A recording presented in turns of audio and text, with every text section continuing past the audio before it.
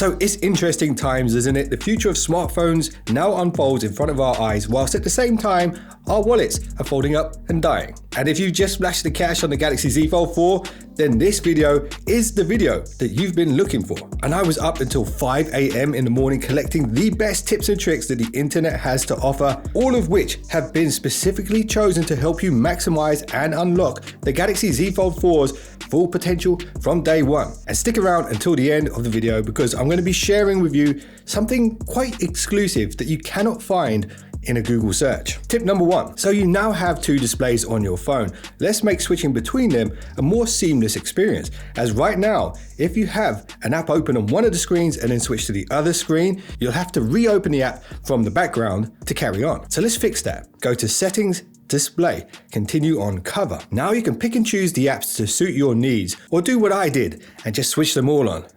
Because why not? Trust me, switch this feature on straight away and you can thank me later. Tip number 2. Okay, so this unfolded sort of square ratio tablet is quite uncommon at this point in time. So a lot of apps are not optimized to fit it perfectly. For example, Instagram, you'll notice there's bars down the side. And this is wasted space, so it's time to put that precious AMOLED screen real estate back to work. Go to Settings, Display and Full Screen Apps. And here you can force the apps to fit the display edge to edge by default every time you open those apps. So I personally switched on Insta and Amazon straight away because I use those a lot. What I suggest you do is go through this list and decide which apps you want to force to full display. Tip number 3. So one of the best things about having an unfolding display is not just the fact that everything appears to be bigger, it is the fact that you have a bigger canvas to work on than most other people. And you have chosen to truly broaden your smartphone horizons by getting a Z Fold. So learning how to maximize the space might be the single most important skill that I can show you. So let's start with the basics on how to split screen. And disclaimer, if you're not using gesture navigations at this point in time in 2022, you're in the dark ages. Please at least give it a go. Go to Settings, Display, Navigation Bar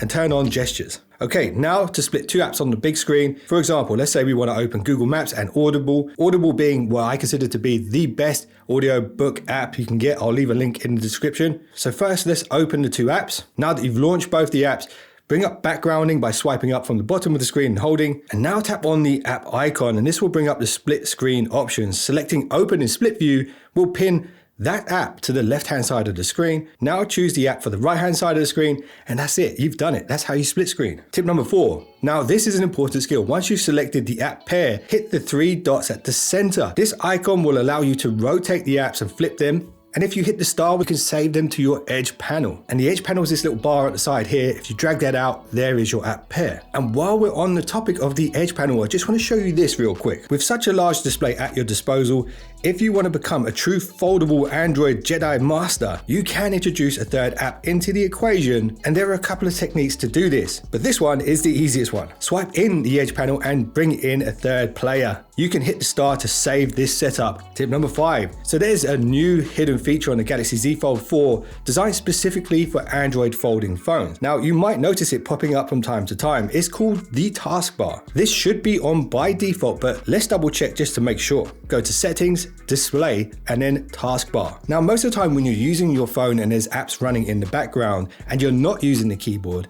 you'll see the taskbar pop up at the bottom of the screen. Now pay attention to this one because a lot of people don't know this. You can actually hide the taskbar by holding your finger down on the bottom right corner of the display. If the taskbar isn't visible, you can also bring it back by holding your finger down on the bottom right corner of the display. This is a brilliant tool and a really quick way to switch back to your last app without having to open backgrounding, as the last app you used will be pinned on the right hand side of the taskbar. And you'll also have quick access to the apps pinned to the bottom of your home screen. And in exactly the same way I showed you how to drag an app onto the screen from the edge panel, the split screen, you can do the same here using the taskbar. So now that you're aware of the taskbar and the edge panel now, but if you're coming over from a regular form factor smartphone, you might not yet realize its significance. So let me show you how to master the edge panel technique. So that fake bar on the right hand side of the screen I already showed you is called the handlebar. Swipe that inwards and then hit the 3 lines at the bottom. Some call this the hamburger menu. And if you ever hear a tech person using that term in the future,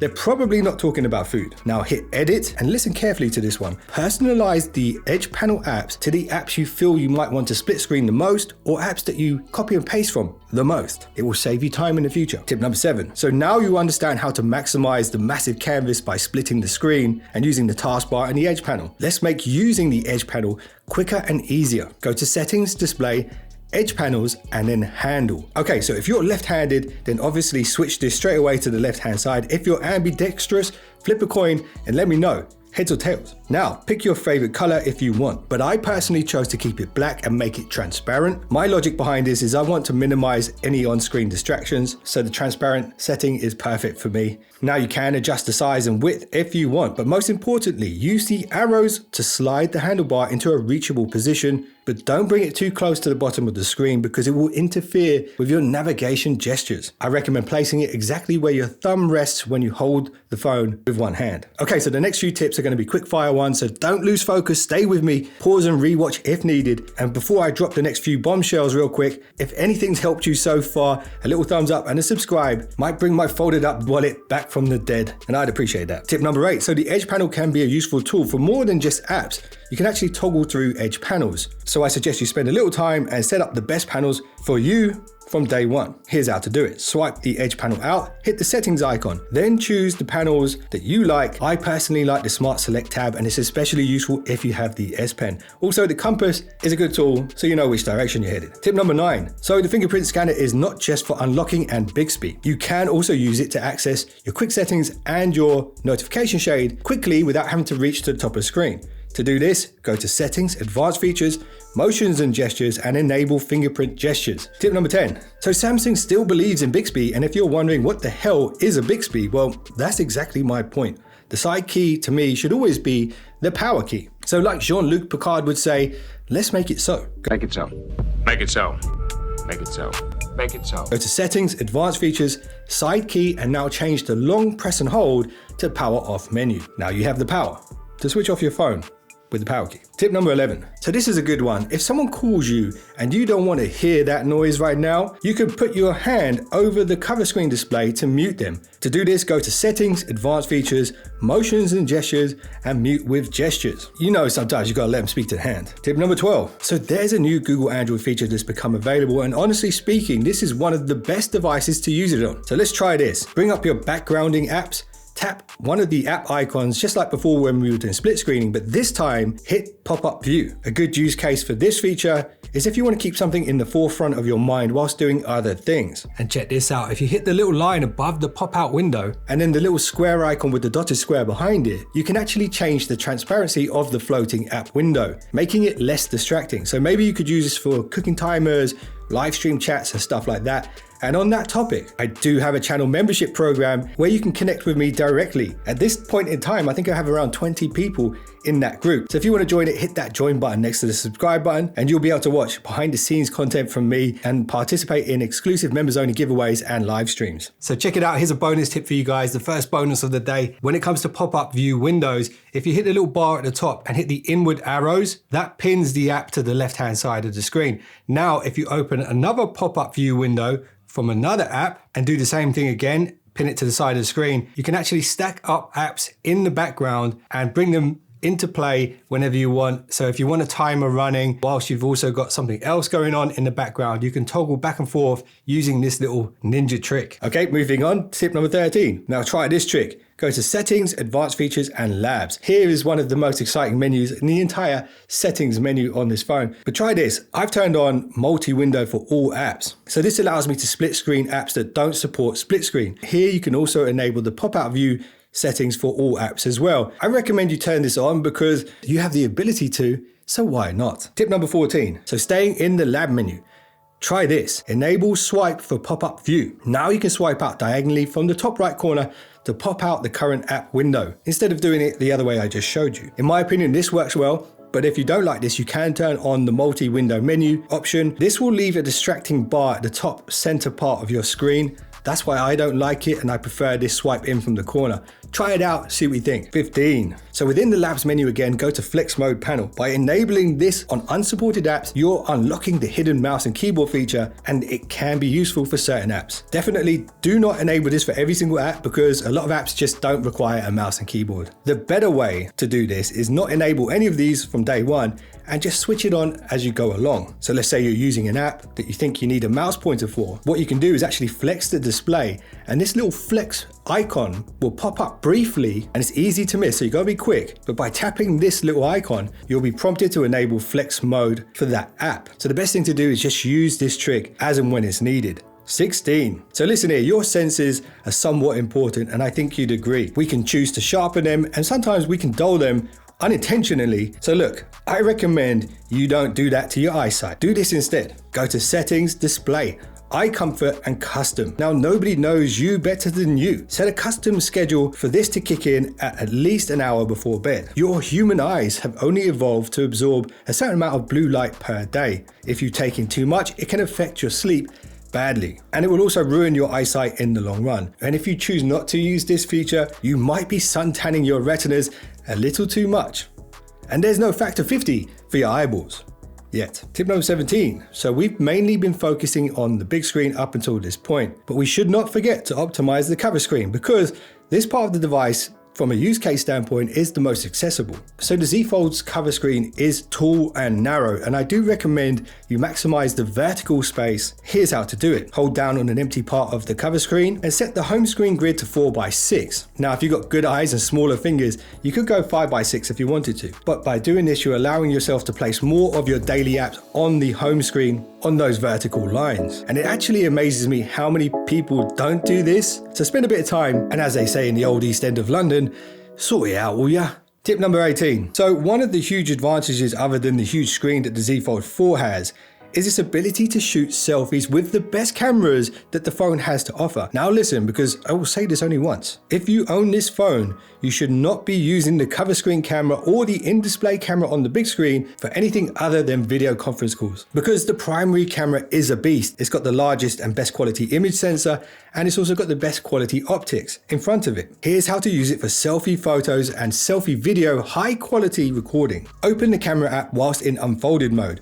Now hit the little half book icon, and this will switch on the cover screen. And this will act as a viewfinder for yourself if you're doing selfie videos and photos, and it can also double up as a viewfinder for the person you're taking a photo of, so they can get that blue steel look. Perfect. It really is a brilliant feature. Tip number 19. So check this out. Whilst taking photos with the rear camera, if you hit this icon in the top left corner of the screen, you can preview the photos you just took in real time, and this preview feature will allow you to capture precisely the perfect pictures with pinpoint accuracy. And if you didn't get it right the first time, you can zoom in and check and then take another one without having to open your photo gallery. Tip number 20. This tip and the next two tips after this one are going to be kind of trade-offs. Quality versus storage space. So keep that in mind. And if you spent the £2,000 for the maximum storage 1TB version of the Fold 4, you probably don't need to worry about space. So definitely use these. And you should also know, I am accepting donations. There's a PayPal link in the description. I'm not too proud to accept charity. Okay, check this out. Open the camera app, go to settings and picture formats. Here, use the HEIF format. This allows better optimization for photos when it comes to storage space, and at the same time, it retains really good photo quality. This is actually a better option than the usual JPEG. Tip number 21. Now in the same menu, take a look at this. The RAW format gives you the maximum image data from your photo captures, and straight out of camera, these won't look as polished as the JPEGs or the HEIFs. It's actually up to you to use apps like Adobe Lightroom to bring out the details, bring up the shadows, the brightness, the contrast, and all that stuff, and really fine tune the image. The benefit of using a raw image as opposed to the HEIF or the JPEGs is you can actually push and pull the details much further without the image falling apart like a JPEG would. Tip number 22. So if you're not the best photographer in the world, this one will help you a lot. In the camera app, go to settings and enable shot suggestions. Now the phone's artificial intelligence will try to help you nail better shots. And it does this using scientific calculations. All you have to do at this point is line up the shot using the guidance system provided and shoot. Tip number 23. So let's talk about video capture now. There's a brand new feature here on the Galaxy Z Fold 4 that I want to draw your attention to. Open the camera app, go to settings, and then advanced record options. Here you'll see that you're able to actually reduce the quality to save space on your phone. But why do that when you can dial it up to 11 with the new HDR10 Plus feature? So if you're a content creator or you're filming a special occasion like a birthday, a wedding or something like that, quality is important. You'll only get one chance to shoot those moments. So why not do it in the best possible quality? I suggest you don't leave this on all the time. Just bring out the big guns in the form of HDR10 Plus when the time is right. And again, if you have that 1 terabyte version of the Fold, you could use this all the time. And again, my PayPal donation link is in the description. Tip number 24. So do you ever let your kids or family or friends use your phone for specific apps? Let's say Disney Plus, for example. Well, if the answer to that is yes, this might be the most subscribe-worthy tip that I can give you. Go to Settings, Biometrics and Security, then scroll all the way down to Other Settings and enable Pin Windows.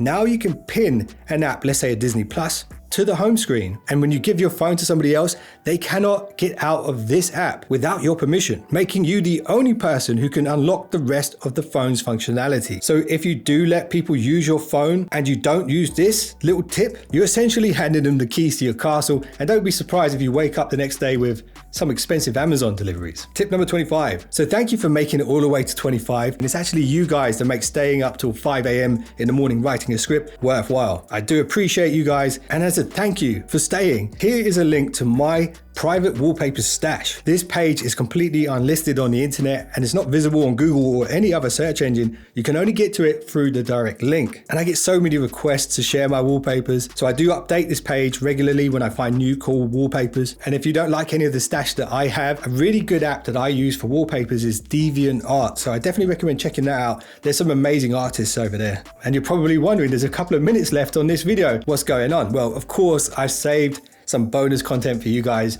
who've stayed all the way to the end. So here's tip number 26. Let's open the camera app again. In the bottom right corner, hit more. Here you can drag other shortcuts onto the bottom of the camera app so you can switch between them quickly. I like the super slow-mo one, it's a fun one. Also, the director's view tool is a really good one to use as well. Play around with those. Set it up how you like. Now this one is common sense, but in this day and age, common sense isn't that common anymore. So trust me on this.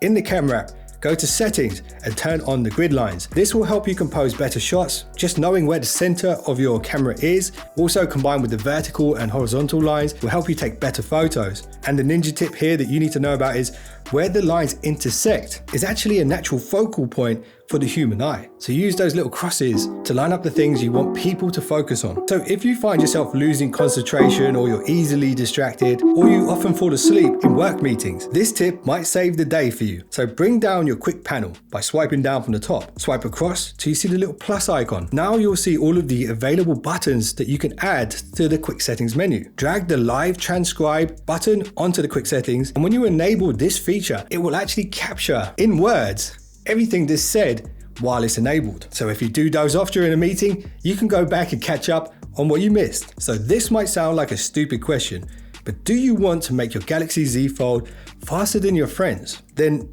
don't tell them about this trick. Go to Settings, Battery and Device Care, tap on where it says Memory. Now tap on RAM Plus and set it to 8 GB. This will use some of your storage as virtual RAM, speeding up your phone's multitasking abilities beyond what the standard default setting is. And if you have the 1 terabyte version of this phone, you know what to do.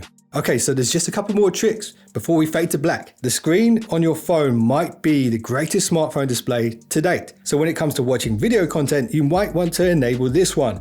Go to Settings, Advanced Features, Video Brightness. Only enable this for the apps you feel you'll need it on, but essentially it's going to make your video content look better at the cost of a little bit of battery. So now you've learned how to maximize the video quality, here's how to level up the audio, and I don't know why this isn't on by default, but go to your quick settings menu, hit the little plus again to add a new button, and add the Dolby Atmos button, and then switch it on. Why? Because it makes your speakers sound better on your device. Bring up your app drawer, hit the 3 dots in the top right corner and alphabetize your apps. This just makes things so much easier to find, and I don't know why this isn't on by default, but while you're here in the app drawer, search for AR Zone, and here you can create yourself as a little emoji, and you can actually use this emoji on your always on display. You can send it to your friends and do lots of cool stuff with it, so definitely spend a bit of time doing this one. So there are so many other tips that didn't make the cut for this video.